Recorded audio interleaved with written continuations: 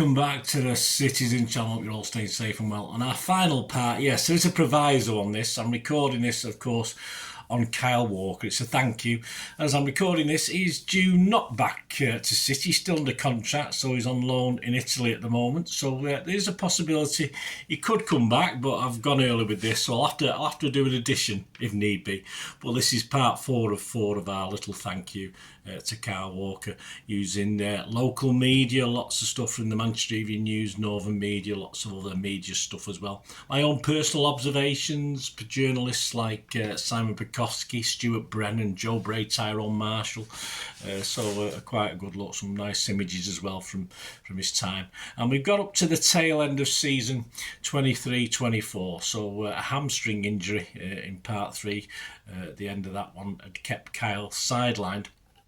There was a big match-up and he had a little special in the programme before the Arsenal game on the 31st of March 2024, and his Premier League stats till that point were 389 appearances, 8 goals, 34 assists, 903 crosses, 1,203 accurate long balls, 538 aerial battles won, 682 tackles, a 74% tackle success rate, interceptions 566, 910 clearances, 52 yellow cards and just 1 red. So that wasn't too bad, was it? Though injury, of course, would still keep him out of that Arsenal game as well. Kyle was still out for the first leg of City's quarter-final in Madrid, a memorable 3-3 draw, but a place on the bench for the 5-1 home win over Luton on the 13th of April was deemed enough for him to start the second leg just 3 days later. Though City crashed out on penalties to lose our grip, of course, on old big ears. Walker had another game of good, not so good. Simon Bukowski said of his performance, twice its fault for the early goal City conceded, although his pace was an asset later in the game against Real's forward line. He rated him a 7. I considered that he looked a little bit rusty, scoring him a 6.5, though David McDonnell for the Daily Mirror made he and KDB joint men of the matches, yes, with a rating of 8 out of 10. Kyle led the Blues out at Wembley on the 20th of April and a 1-0 semi-final win against Chelsea, and against Brighton on the 25th of April he doubled his Premier League assists for the season. Joe Bray summed up his game. Often the furthest man forward, Walker clipped a perfect ball back for De Bruyne's opener and got a second assist when he burst into the box for the 4th scored by Alvarez. His rating of 7 was mirrored by myself, though I did comment on 2 or 3 poor decisions by our captain. Those poor decisions were there again as we visited the City ground on the 28th of April 2024. Simon Bukowski said of his performance, beaten all afternoon by Aina, trying to organise teammates while being able to carry out what was needed in his own position, a 4 rating. I agreed he was awful, also scored him a 4 out of 10, although we did win the game 2-0. How? I'll never know. By Fulham away on the 11th of May, though on the bench he was a 22nd minute sub for an injured Aki, but helped City to a clean sheet and a 4-0 win as we kept up pressure on Arsenal, and history beckons as we win 2-0 at Spurs, where Kyle didn't wander up front too much, just kept a watching brief on Son, and when Son did escape the shackles, thankfully we had sub-keeper Ortega to rescue us to go above Arsenal with 1 game left to play. Despite this late Son scare, Simon Bukowski and I both rated him a 7 out of 10. With the league wrapped up, it was back to the Etihad South and a repeat of last season's FA Cup final. Sadly, though, not a repeat of the victory. Simon Bukowski said, well, apart from us all being drunk, apparently, did well to deal with Rashford's pace and one of the few City players to really test Onana, even if it was from distance, rating him a 7, the highest of any City player on the day. I wasn't as impressed. I gave him a 6, saying at least his shots were on target, but a question mark about at least one of the goals. Stats for the season: 5 FA Cup appearances, 32 Premier League appearances with 4 assists, 6 Champions League appearances. On to what seemingly is his last season with City, although he's contracted till 2026 as I'm recording this. 2024-25 season, Kyle had a late return after his international commitments as City lifted the Community Shield, beating United on penalties at Wembley, but he continued with his captain's duties. He was on the bench for the first 3 games and was a late sub for Gvardiol away at West Ham on the 31st of August, but his error on 91 minutes led to a booking for teammate Akanji, who had to stop Paqueta, who had dispossessed Walker in the build-up. But he started the season poorly in his first start on the 14th of September, 2-1 home win over Brentford on September the 15th. Despite being actively involved in City's first goal from Erling, Simon Bukowski commented on that performance. all over the place at the back, not picking men up at the far post and getting mixed up with Stones over who should cover what. He scored him a 5. Though I agree that he and Stones at times looked as though they'd never met before, I scored him at least a 5.5. Not like me. Kyle would not be part of City's first Champions League game on the 18th of September. He warmed the bench for a drab 0-0 with Inter. He would only feature once as a starter and once as a late sub in City's 7 group games.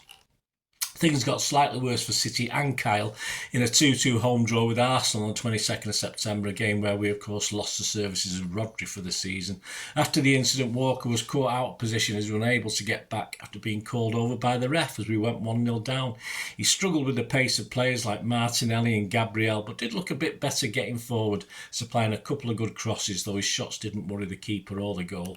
Simon Bukowski rated him just a 4 out of 10 and said afterwards, he set Savinho loose for the opening goal and tested Raya a few times, but defensively he made too many costly mistakes. Fortunate to stay on the pitch, Lewis was watching from the bench. I scored him a 5 but concluded, looking his age these days against younger players. Jack Gorn, writing for the Mail, said, culpable for both Arsenal goals, a worrying performance from the skipper, rating him just a 4.5. His substitution for Stones late on led to Stones grabbing the injury time equaliser. Back as a centre-half, he was better against Watford in a 2-1 win in the Carabao Cup on September the 25th, but I did comment that his weak clearance set up their late consolation goal. He was caught out trying to play another Anthony Gordon offside, who went on to score in a 1-1 draw at St James's on the 28th of September. A landmark appearance for Kyle, though, who came on for a Kanji on 61 minutes in a 4-2 Etihad win over Fulham on October the 5th. He was making his 400th City appearance, but there was time for his pace to be exposed as Traore beat him in a foot race, despite Walker starting about 2 yards in front of him to go clean through against Ederson, but Ederson makes the block to save his blushes. I said, what use is Walker without pace? We are seeing it at the moment. Kyle was not in the squad for the next 4 games after picking up an injury. He buried his disappointment of not being in the squad to rally the troops and play at Bournemouth on the 3rd of November, despite just one training session on the Friday before City's injuries mounted up. It was not a great return, though. It was City's first league defeat of the season and the first of what will be an awful run for the Blues. Simon B rated him a 4, commenting, credit to him for coming back from injury to start, but he didn't look ready and was caught out on numerous occasions. Same score from me, a 4. He was pretty awful, I wrote. He was also booked. Things didn't get much better in another league defeat at Brighton on the 9th of November. Joe Bray gave him just a 5, as did I. The most senior defender, Joe Bray said, by some distance, given he was 11 years older than the next most experienced in the back 4. Walker started well, but was lucky when João Pedro got past him, but fluffed his lines to the anger of Guardiola, Joe said. I thought, like all the team, started well, but then became culpable in at times a besieged, panicky City defence as Brighton fought their way back. It wasn't just Pep that was angry that day. By the visit of Spurs and a pitiful 4-0 humbling on the 24th of November, Kyle was again doing most of the talking off the pitch. We need to get our mojo back, he exclaimed after our 5th loss on the bounce. But on the pitch again he was poor in defeat, though only Ederson escaped without criticism. Simon Bukowski's summing up of him, most of the trouble came on City's other side and he dealt with Son well for large parts, although guilty of sitting off for the 3rd. I was a little more scathing. Walker has to accept, I said, some responsibility in a poor defence. There is no rush with him defensively at times. As an experienced defender, he has just no insight to what's happening. Too slow now and nothing moving forward. His rallying call before 2 big games at home to Feyenoord and away to Liverpool appeared to rally nobody. He didn't feature in a 3-3 with Feyenoord and possibly wish he hadn't in a trip to Anfield on December the 1st. As Scousers went 11 points clear after a 2-0 win, both Simon Bukowski and I rated him just 3 out of 10 as our defence brought about our own downfall. Simon Bukowski said he lost Gakpo for the goal and guilty of a number of defensive errors and poor decisions going forward. I wasn't any kinder. I said yes, he just gets worse as a right back and captain. Louis Steele for the Mail said, while he was far from abysmal, this was another poor display, scoring 4.5. KDB was back to inspire, taking over the skipper's armband with Walker on the bench as City welcomed high-flying Forest to the Etihad on the 4th of December. He was a second-half substitute for injured Akanji and was okay in a generally uneventful second half. Same can't be said for the visit to Selhurst Park on the 7th of December, though, as he was involved in both goals conceded in a 2-2 draw. Simon Bukowski for the MEM said, played Muniz onside for the first goal and beaten to the ball by Lacroix for the second. A miserable season continues and scored him 4 out of 10. For me, I said had to hold his hands up for the first, didn't even attempt to stop the header for the second. One good block near the end, but not really good enough, and he scored a 4 from me as well. He made his first Champions League start on match day 6 away in Turin against Juventus on the 11th of December, a game we lost 2-0. He was complimented, but all was still not good. Joe Bray scored him just a 5 and said some important interceptions in the first half, but once again a question mark over his defending Vlavic's goal, and it was a long way upfield for the killer's second. For me, I gave him a 4.5. Yep, nothing just his fault, just a defensive malaise as per usual, I commented. Kyle sadly became the target for social media fan abuse, specifically after this. In the next game, a meeting with United at the Etihad on December the 15th, he embarrassed himself even more by flinging himself to the floor unnecessarily as he touched heads and squared up to Hodgland on 38 minutes. Though not directly at fault for United's 2 late goals in a 2-1 devastating loss, he was part of a defence that collapsed in the final moments. Kyle would not start another game for City, and he became a bit part player, either not in the squad or getting minutes off the bench, though he was listed as ill for the Everton 1-1 draw on Boxing Day. On the 12th of January, the day after City's 8-0 FA Cup win over Salford, it was reported in the media that Kyle wanted to quit City.